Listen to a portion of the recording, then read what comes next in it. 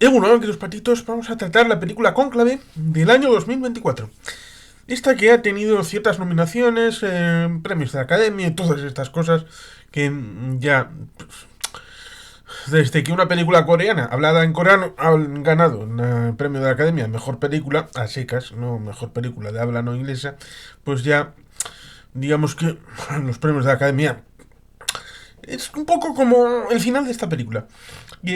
Lo cual resulta curioso porque sí, está emparentada con Emilia Pérez, a pesar de que la gente pueda pensar, es una película mucho más seria. Sí, es más la película más seria y tiene un planteamiento que viene de un libro de Robert Harris, que tal vez le conozcan por Patria, aquella novela que fue llevada a la película con Rutger Hauer respecto de un contrafactual, Segunda Guerra Mundial y estas cosas que son tan interesantes.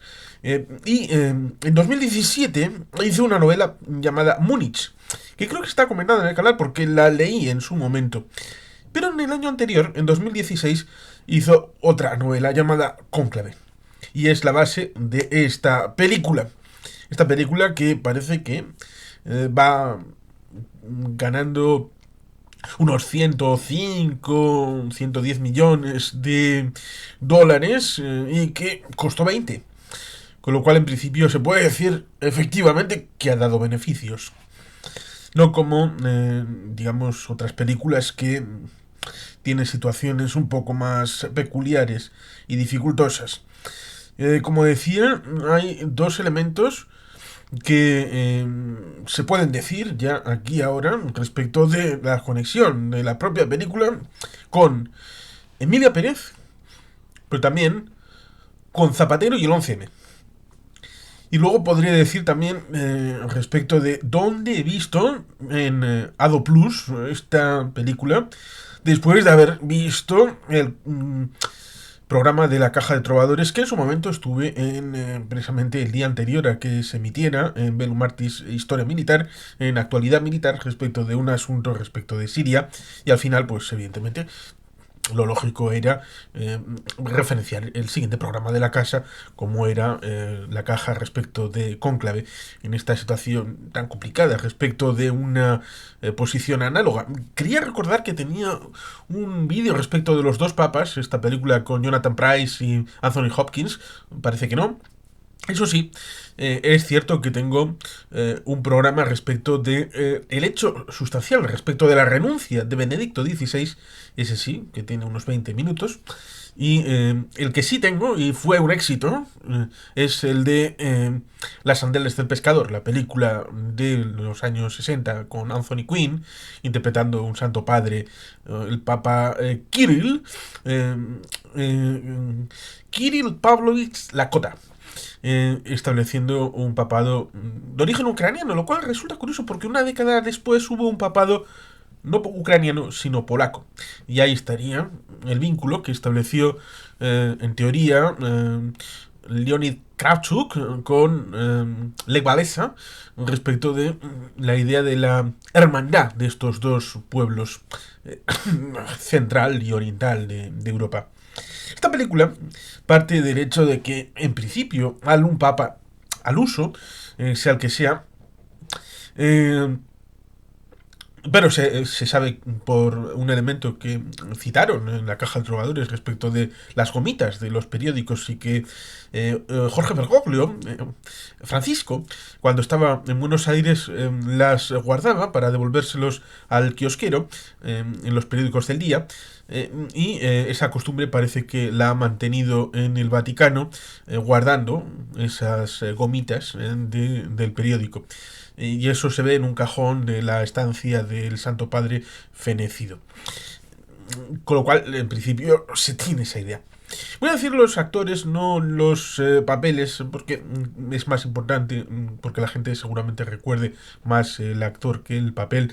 Está el papel de Ralph Fiennes, de Stanley Tucci, está el de Joel Dictwow, está el papel de Isabella Rossellini, eh, y ahí nos encontramos con una serie de candidatos después de, porque en un momento dado dice que 3 semanas después, que es cuando sucede el efecto del cónclave, más allá de editar establecer lo que es las exequias, funeral y todo el elemento de parafernalia que pueda tener la liturgia propia del fallecimiento, no ya de una persona, sino también de lo que supone el Santo Padre, el primero de los patriarcas, el obispo de Roma, la cabeza de la Iglesia Católica. Eso puede decir de muchas maneras. Por lo tanto, ahí nos encontramos con la idea de la película de ir directamente al cónclave, la idea de la lucha de poder interna en una iglesia que es referenciada respecto de los clichés que aparecen.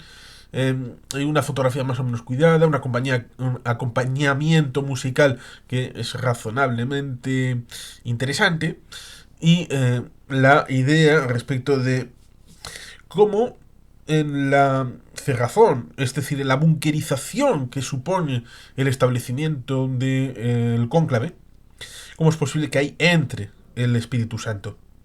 Y la idea de que al no entrar el Espíritu Santo, las luchas de poder rastrean por todas las habitaciones hasta dar con las almas de esos no dogmáticos, porque habla la película respecto de alguien que tenga convicciones. Hombre, convicciones hay que tener, porque si no, uno no es un hombre de fe. Pero hay una situación que yo he hecho faltar, y el cardenal, en este caso se iba a decir Tedesco, lo cual resulta curioso, porque viene de Venecia, y en el siglo XX hubo algún cardenal que vino de Venecia. Quiero recordar que fue... Sí, el Papa bueno, Juan XXIII. Y aquí tenemos el regreso tenebroso respecto del Papa Tedesco, que parece más urbano. Urbano por lo que también Nievas diría respecto de un Papa de la Primera Cruzada contra Tierra Santa. O el Papa Clemente, que sería el de la Cruzada albigense contra los cátaros. En cualquier caso, podría haber ido este Tedesco, pero claro, Tedesco es el nombre que desde Italia tienen respecto de los alemanes. Lo cual resulta curioso porque es una puya contra Benedicto XVI, que era sin duda bávaro, es decir, alemán, Tedesco, y que en cierta medida es acusado respecto de una iglesia retrógrada. Precisamente esa idea de la lucha de personalidades en los dos papas, entre la personalidad del interpretado por Jonathan Pryce, Francisco, y la de Anthony Hopkins, interpretado Benedicto XVI. Y esa frase respecto de prácticamente que una iglesia que se casa en su tiempo, en el tiempo en el que está en ese presente, enviudará en la siguiente época. Con lo cual no se puede uno anclar en una idea de la trascendencia. Y no solo esto, sino también esa idea de que, a fin de cuentas, si tú eres cristiano católico y piensas que la auténtica salvación, porque no solamente es la relación respecto de la realidad en nuestro tiempo, todo tiene que ver con la trascendencia, todo tiene que ver con el más allá, y por eso las disquisiciones respecto de trinitarios, unitarios, o si hay purgatorio o no hay purgatorio, cuál es la situación de los... elementos que sean necesarios en este mundo para poder acceder al otro. Si vale la personalidad o vale las acciones, si cualquier persona puede ir al otro lado, al más allá, si es una cuestión de estar más o menos preparado, si simplemente vale con todos estos elementos, evidentemente, son como una fórmula, por decirlo de manera, espero que no sacrílega, respecto de para tener una buena vida aquí y tener una vida en el más allá, en el ámbito religioso, en el ámbito del ámbito, vuelvo a la redundancia, del ámbito de... en este caso el catolicismo, pero en principio cualquier religión lo que tiene que establecer, lo que establece, es la idea de que solamente puedes salvar tu alma a través de lo que yo te estoy diciendo. Con lo cual, bueno, salvo... Claro, hay excepciones. En el caso del catolicismo hay un precepto, y lo sé, no por mí, sino por Noemí Torán, Caja Trovadores, respecto de que una persona buena,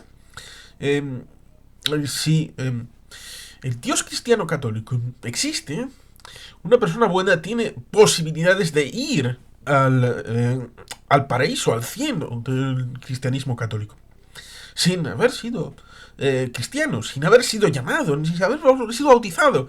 Pero esto, que evidentemente puede ser un elemento interesante para conllevar lo que pudiera ser aquel elemento de Marco Aurelio, de meditaciones respecto de si hay dioses, si son buenos, entonces pues le puedes orarles pero si llevas una buena vida, pues entonces si hay dioses y son malos, pues no querrás orarles porque da igual lo que hagas porque van a hacer lo que les dé la gana.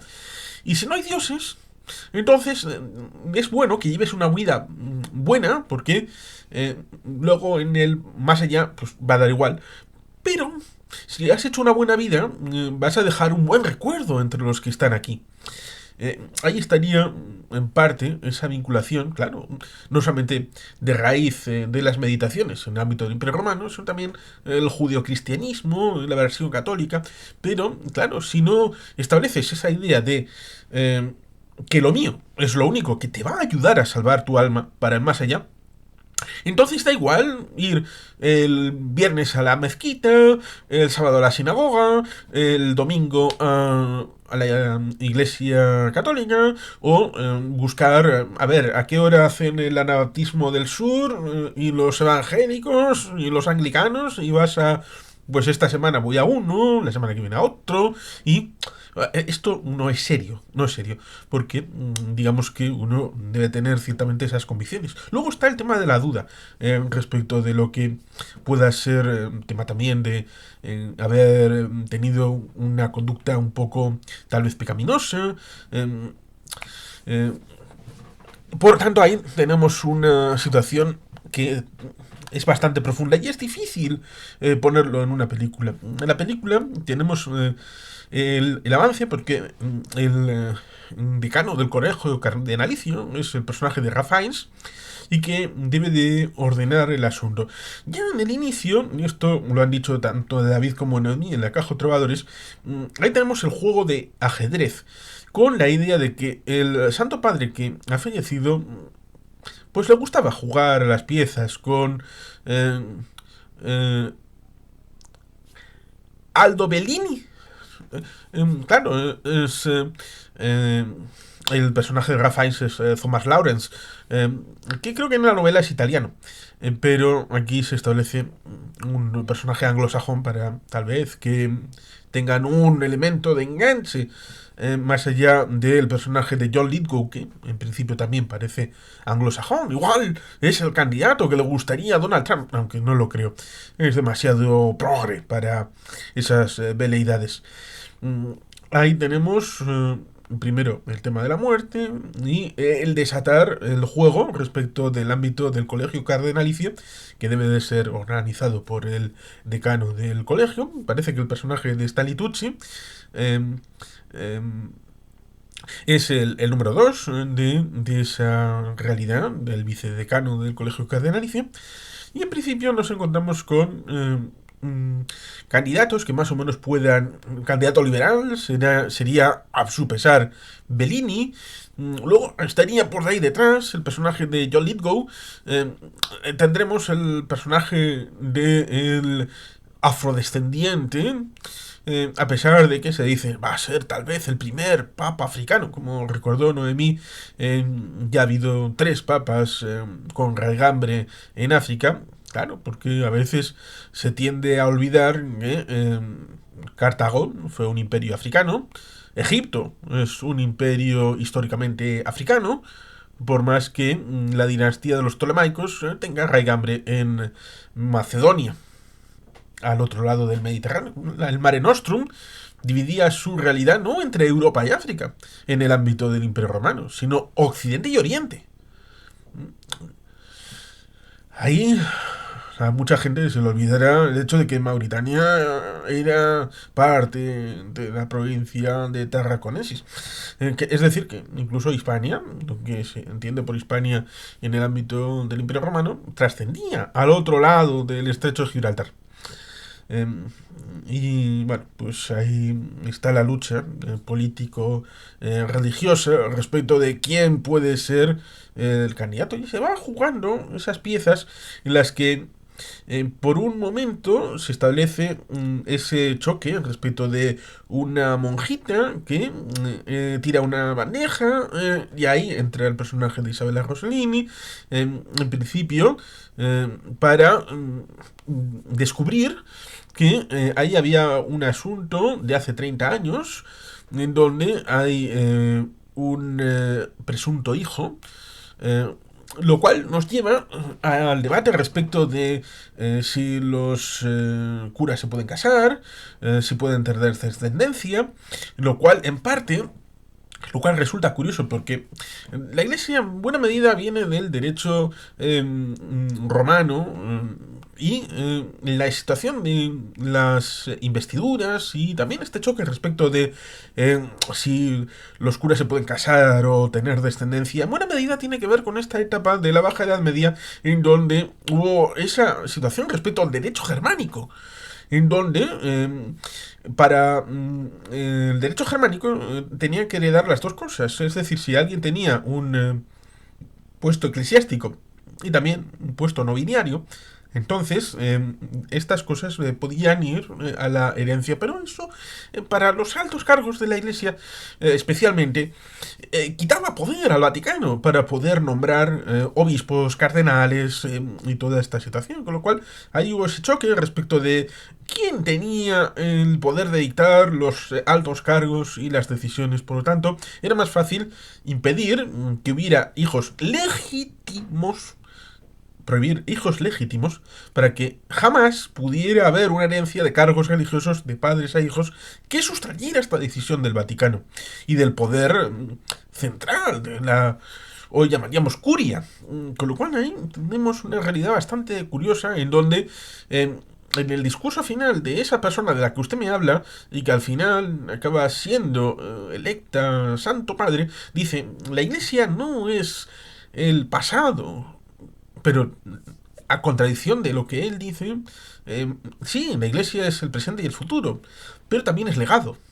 A diferencia de lo que tanto David como Noemí han dicho respecto de los protestantes y todas las ramas de los protestantes que rompieron con todos los concilios y todo lo que supuso de reflexión desde, podríamos decir, desde José de Arimatea, por decir algo, hasta el Concilio de Trento, eliminaron todas las reflexiones, todos los concilios, ellos abominaron de todo esto.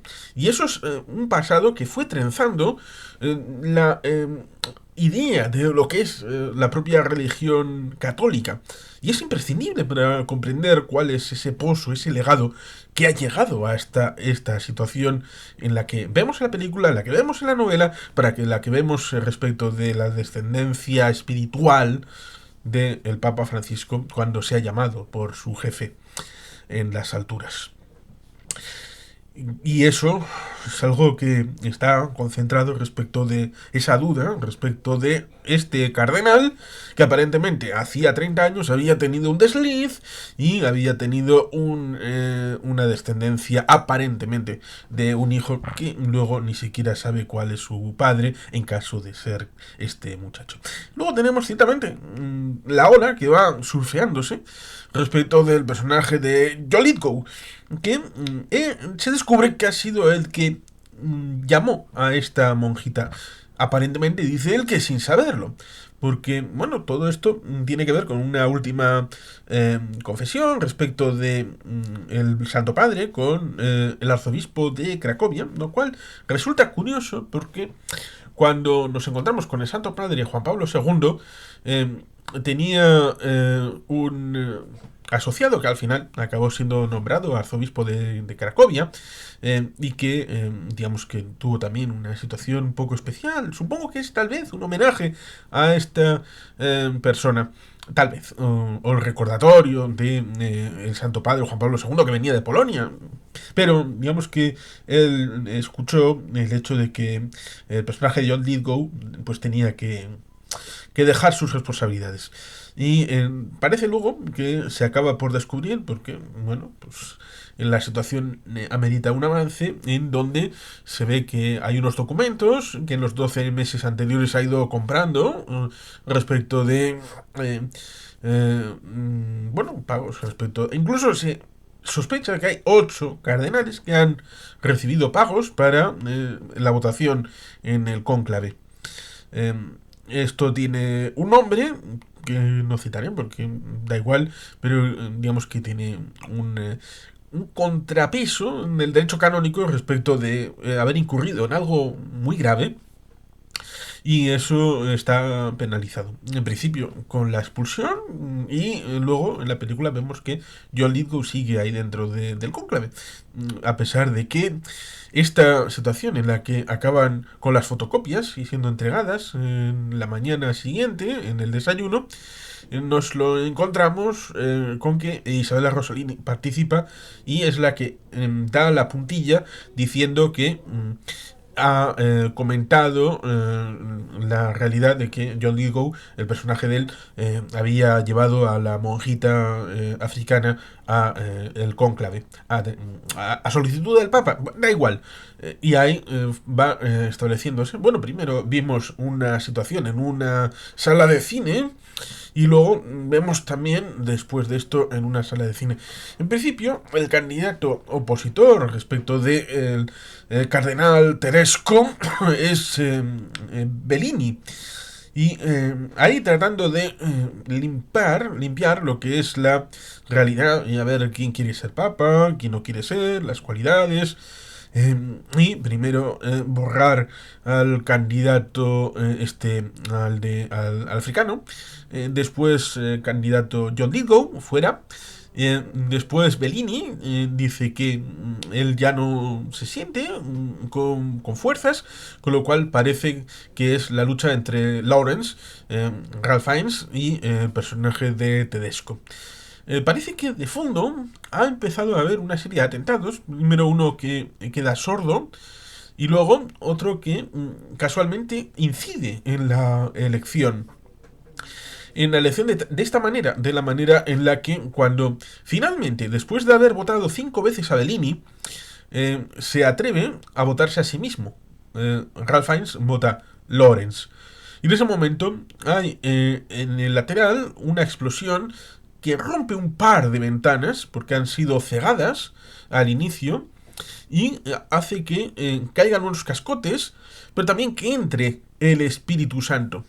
Lo cual, esto sí puede ser sacrílego. Es decir, una bomba de un yihadista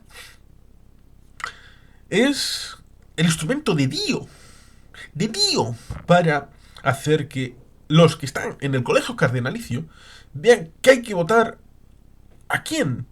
A lo que va a pasar justo después en la misma sala de cine. Es lo que pasó en la OCM. Cuando se decía que, bueno, las encuestas en España se establecen que el fin de semana anterior de las elecciones es el último día. Es un esquema bastante obsoleto. Pero, digamos que el tracking, sobre todo la cadena SER, sabía perfectamente que había un puntito por encima del Partido Socialista. Es decir, habría tal vez habido un escenario, qué sé yo, como el de 1996. Es en el que el PP ganó un poquito por la mínima. Eso sí, fueron unos 15 diputados que estaban por encima. Bueno, quizá ni siquiera llegué a 15. Eran 157 a 144, creo que eran 13. Puede ser. Pero digamos que podríamos haber estado en un escenario parecido. Eso es lo que decían esos trackings para el miércoles, jueves. Digo miércoles, jueves porque estamos en el 11M. 11 jueves, 12 viernes, 13 sábado, 14M, día de las elecciones, 14M de 2004. Y mucha gente que aceptó la conspiración dijo que fueron los trenes los que metieron a Zapatero en Moncloa. Que fue después de ese suceso, de esa apertura del boquete en los trenes, el que hizo que Zapatero y también Alfredo Pérez Rubalcaba el sábado con aquel mensaje televisado y otras cosas, los que llevaron a Zapatero al poder. Aquí nos encontramos curiosamente con una cuestión parecida. Y eso, hablando de Dio, es algo que no es ya que el Santo Padre hubiera tejido con los peones una partida política de ajedrez más o menos aceptable. No, no. Estás implicando que Dios ha utilizado al yihadista para meter al nuevo Papa dentro del Vaticano. Porque es un cardenal impectore. Y aquí quiero recordar algo que, bueno, le he pedido a Noemí que me lo aclarara y agradezco muchísimo que lo aclarara en el canal de Discord respecto de que en el libro el Santo Padre elige impectore a alguien que es nombrado obispo de Bagdad y digamos que es proveniente de Filipinas, a diferencia de la película que es proveniente de México y tiene el obispado de Kabul. Lo cual ciertamente, tal y como dice ya, hay dos elementos. Uno es que en Kabul debía haber 200 católicos y estaban ligados en buena medida a la embajada italiana y que todavía quedan unos 350.000 católicos en Irak. Aunque la situación es complicada, tanto en Siria, en Líbano, no de ahora, desde hace décadas, en donde aparentemente pareciera que no hay ningún padre protector, ni siquiera en el Vaticano, que ponga los coglioni para defender a sus hijos en Oriente Medio. A pesar de que, como dijo Noemí, y lo recuerda muy bien, hay eh, ramas de la cristiandad, católicos, que son de los grupos católicos más viejos de la historia de la cristiandad. Y están ahí. Caldeos en Irak, maronitas en Siria, Líbano.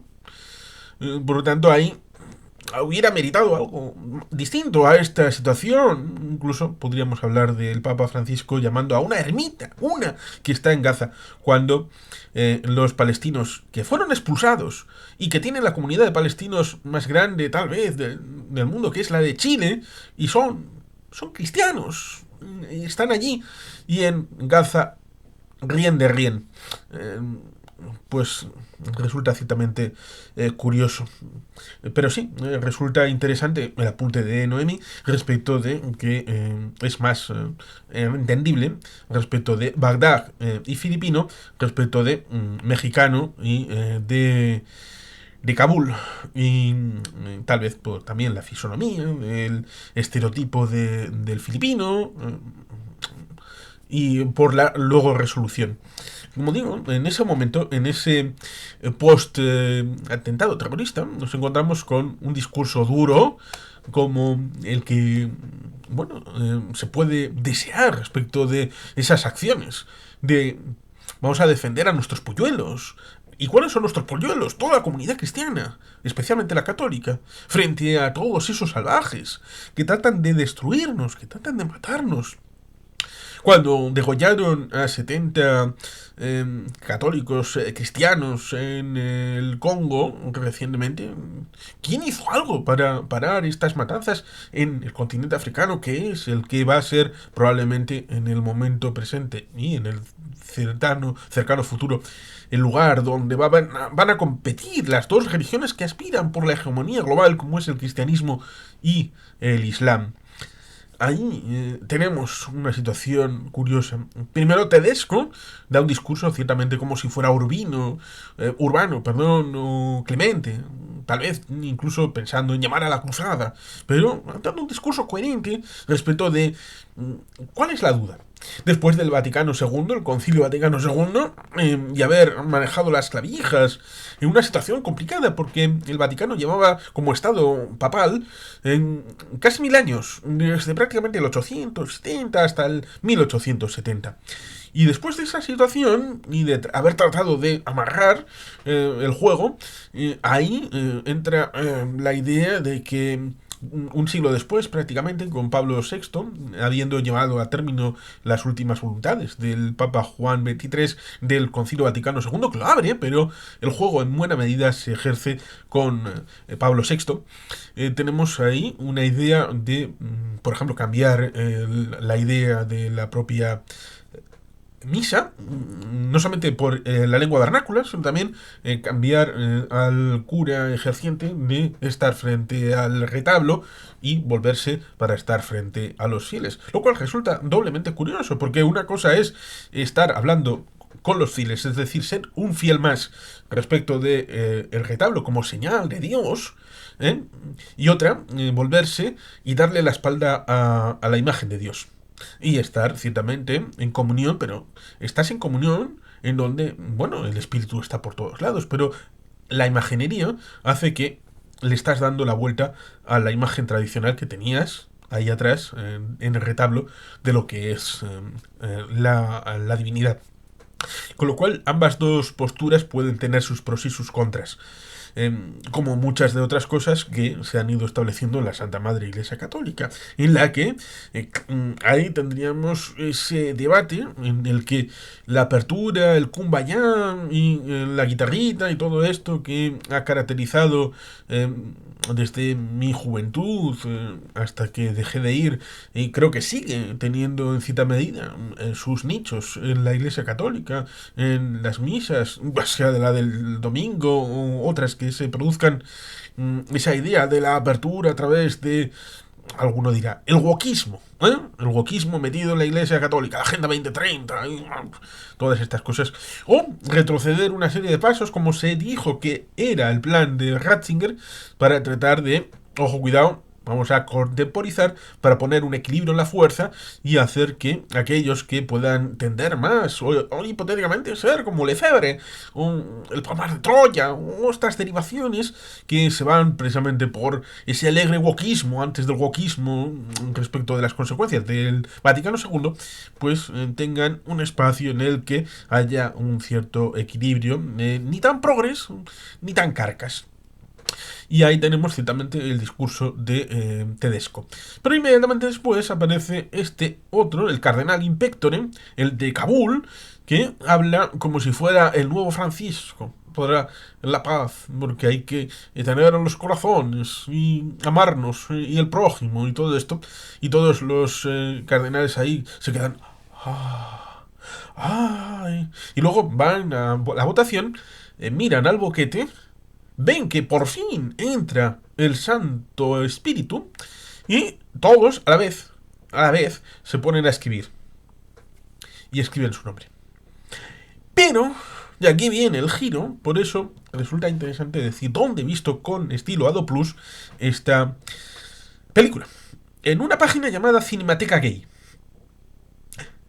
Y es porque hay una situación de fondo respecto de algo que en principio no importaba, porque como no es un candidato viable, entonces la investigación podía quedarse apartada. Lo mismo que en esas 3 semanas, hasta el cónclave, no había tenido tiempo el personaje de Ralph Fiennes, Thomas Lawrence, respecto de hablar con el arzobispo de Cracovia. Respecto de esas últimas palabras, respecto de la última reunión con el Santo Padre, por el personaje de John Lithgow.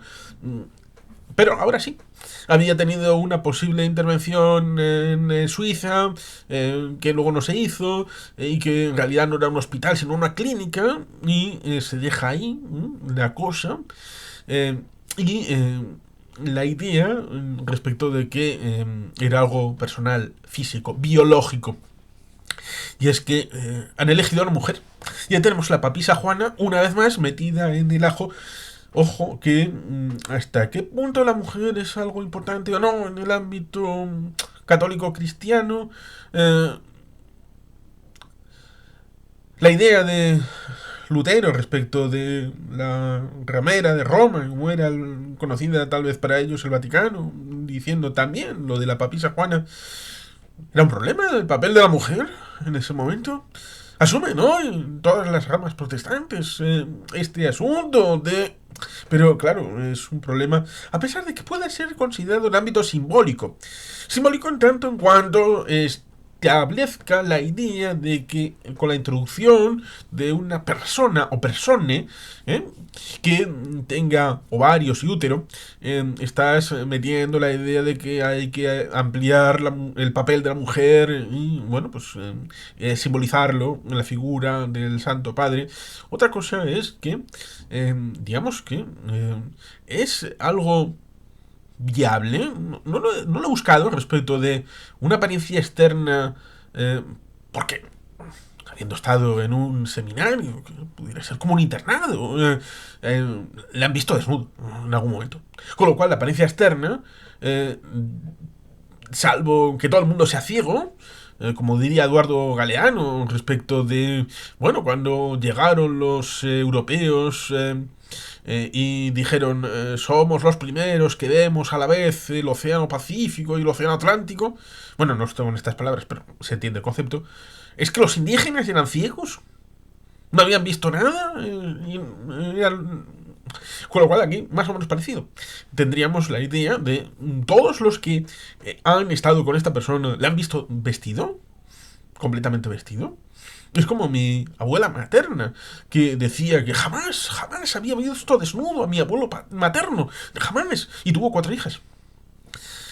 Hay cosas que son de sentido común. Con lo cual es interno. Es posible tener esa visibilidad y funcionalidad, visibilidad respecto de una vista del cuerpo como si fuera un hombre y digamos que tener útero y ovarios dentro que sean funcionales o no sean funcionales, que sean un residuo como puede haber respecto de gemelos y uno copta al otro. Puede haber muchas cosas que, evidentemente, cambian la mentalidad de solamente hay 2 géneros, hombre y mujer. Bueno, pues ahí no solamente la biología, sino también la construcción social colusiona respecto de estas realidades. Y ahí está el postrer choque último respecto de Ralph Fiennes, el personaje de Lawrence, respecto de qué hacer. Ahora nos enteramos de esto y, bueno, pues ahí está la idea de, bueno, no quise quitarme esto porque Dios me hizo así. Y si Dios me hizo así, ¿quién soy yo para...? Pero igual también ahí podríamos entrar en... ¿Y si Dios te lo ha puesto a prueba y lo que quiere es que expurgues eso de ti mismo para que lo saques a la socialización de la propia iglesia? Con lo cual las interpretaciones pueden ser muchas y variadas a la hora de entender cuál es realmente esa vocación de Dios. Pero para eso hay que tener ese corazón central, esa base fundamental, que es de la que, curiosamente, habla Tedesco cuando le dice al personaje de Lawrence, Ralph Fiennes, cuando tienen esa primera comida, mira, aquí estamos los italianos.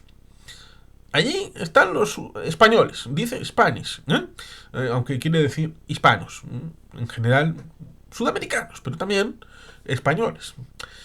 Ahí están los ingleses, ahí están los franceses, ahí están los africanos, por ahí, hay sus cosas. Con lo cual, nos dividimos en idiomas. Ahí, si fuera antes del Concilio Vaticano II, estaríamos hablando todos latín. Hombre, en principio, todos los que están en ese reflectorio deben de saber latín. Y deben de utilizarlo no solamente para leer, sino también para declamar y para conversar. Con lo cual tendrían esa posibilidad de hablar en lenguas vernáculas o en la lengua muerta.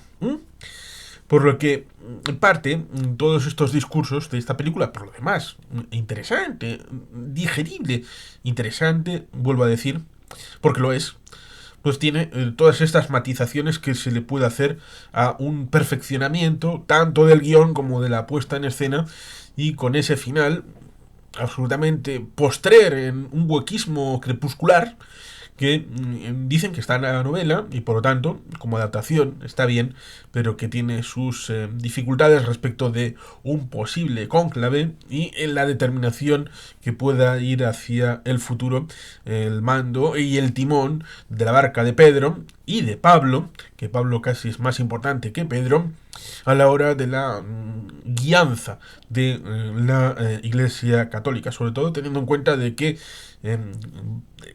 parece... Decía que hay 3 opciones respecto del Santo Padre Francisco. Una que salga bien, pero que diga, lo dejo. Otra que le reclame su jefe. Y otra que salga bien y diga, tengo fuerza, sigo. Son 2 de 3, con lo cual en principio parece que va a haber conclave a no mucho tardar. Y bueno, aquí lo dejamos. Creo que puede complementar, porque invito a la gente a ir a la caja de trovadores de Cónclave en Belumartis Historia Militar. Y sin más, queridos patitos, es que ricasco, agur bat, Betty Gelpien.